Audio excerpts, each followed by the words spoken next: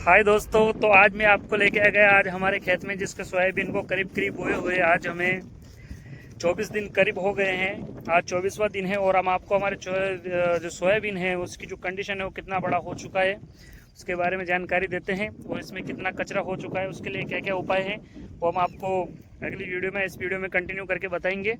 तो ये 24 दिन बाद हमारा जो सोयाबीन है वो कुछ इतना बड़ा हो चुका है, और इसमें एक पौधे में करीब करीब 8 से 9 पत्तियां आ चुकी है, और आप इसमें ध्यान से देखोगे तो इसमें कुछ नई पत्तियां भी अभी आने वाली हैं।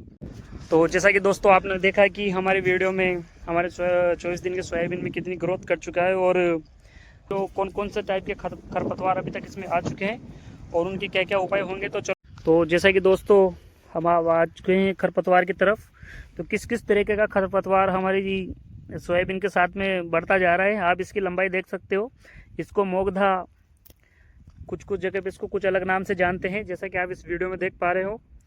तो दोस्तों ये जो खरपतवार है ये ज़्यादातर उस एरिया में होता है जहाँ पे थोड़ा पानी का भराव ज़्यादा होता है, पानी का क्षेत्र ज़्यादा होता है, और ये इसकी बढ़ोतरी इतनी ज़्यादा होती है कि सोयाबीन की फसल को पीछे छोड़ के कहीं ना कहीं उससे 2 गुना की स्पीड से बढ़ता है। तो इसके साथ में हम आपको एक खरपतवार और हैं जिससे रूबरू करवाना चाहते हैं। आप इसमें गौर से देखिएगा, ये जो खरपतवार है, सॉरी, इसको अपन जो है कि इसको बोखना या कहीं कहीं इलाकों में इसको कुछ अलग नाम से भी जानते हैं। हम इसकी जो जड़ है, जो रूट है, इसके बारे में हम आपको बताना चाहते हैं। इसकी जड़ जो होती है, पौधा छोटा होता है लेकिन जड़ काफ़ी बड़ी होती है, इसलिए ये भी, हालांकि इसकी ग्रोथ सोयाबीन से ज़्यादा नहीं होती, लेकिन ये कहीं ना कहीं फसल की जो जड़ है उसको घेर कर अपनी जड़ को फैला देता है। इससे क्या है कि पौधे की ग्रोथ रुक जाती है, और इसको देखा जाए तो ये कभी कभी दवाई के साथ में नष्ट नहीं होता, लेकिन फिर भी मार्केट में सिजेंटा, यूपीएल और इसके अलावा भी कुछ अच्छे ब्रांड हैं जो केमिकल्स आते हैं जिनका छिड़काव करके हम इसकी रोकथाम को रोक सकते हैं। ये दोस्तों हम आपको एक अजीब तरीके के खरपतवार से एक बार और रूबरू करवाते हैं, जैसा कि आप देख पा रहे हो, और मैं इसको जड़ से निकाल रहा हूँ। इस खरपतवार को गौर से देखिए, चौड़ी पत्ती का खरपतवार होता है और इसकी जड़ काफ़ी लंबी होती है। हालांकि इसकी जड़ सीधी ज़मीन के अंदर जा रही है, लेकिन जड़ लंबी होने से क्या होता है कि ये जो इसका तना होता है वो काफ़ी स्ट्रांग होता है जब ये बड़ा होता है भी। तो जैसा आप देख पा रहे हो, ये खरपतवार इसको हम काचरा और कुछ अलग अलग भाषाओं में इसको अलग अलग नाम से जानते हैं। इसकी जड़ भी काफ़ी लंबी होती है और इस पे छोटे ककड़ी टाइप के फल लगते हैं जिनकी सब्जी बनती है, और सब्जी इसकी काफ़ी अच्छी होती है। लेकिन इसका नुकसान ये है कि जब ये फसल में बढ़ता है तो ये फसल के तने को घेरता हुआ और बेल के रूप में बढ़ता है और अपना आकार काफ़ी एरिया तक कवर कर लेता है। इससे इसके टच में आने वाली जो जितनी भी फसल हैं उनकी जड़ों की रोकथाम तो कम होती है, और साथ में कहीं फसल में उनको भी ये रोकथाम, उनको रोकने का काम करता है।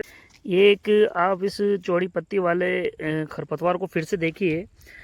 इसकी भी जड़ काफ़ी लंबी होती है, लेकिन इसका तना काफ़ी मजबूत होता है जब ये बढ़ता है फसल के साथ में।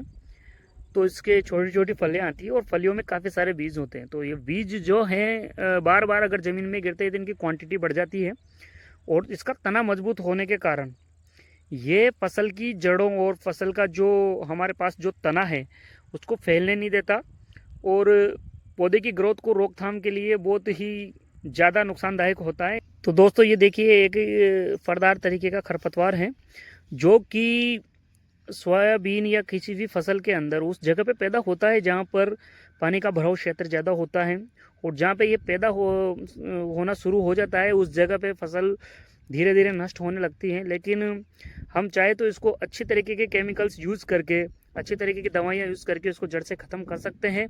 और दोस्तों इसकी खासियत ये है कि ये पानी के साथ में बहुत तेज़ी से बढ़ता है, लेकिन अगर हम इसकी शुरुआत से जब ये पैदा होने वाला हो या ये बढ़ रहा हो उस समय अगर हम अच्छी दवाइयों का यूज़ करते हैं तो हम इसको जड़ से ख़त्म कर सकते हैं।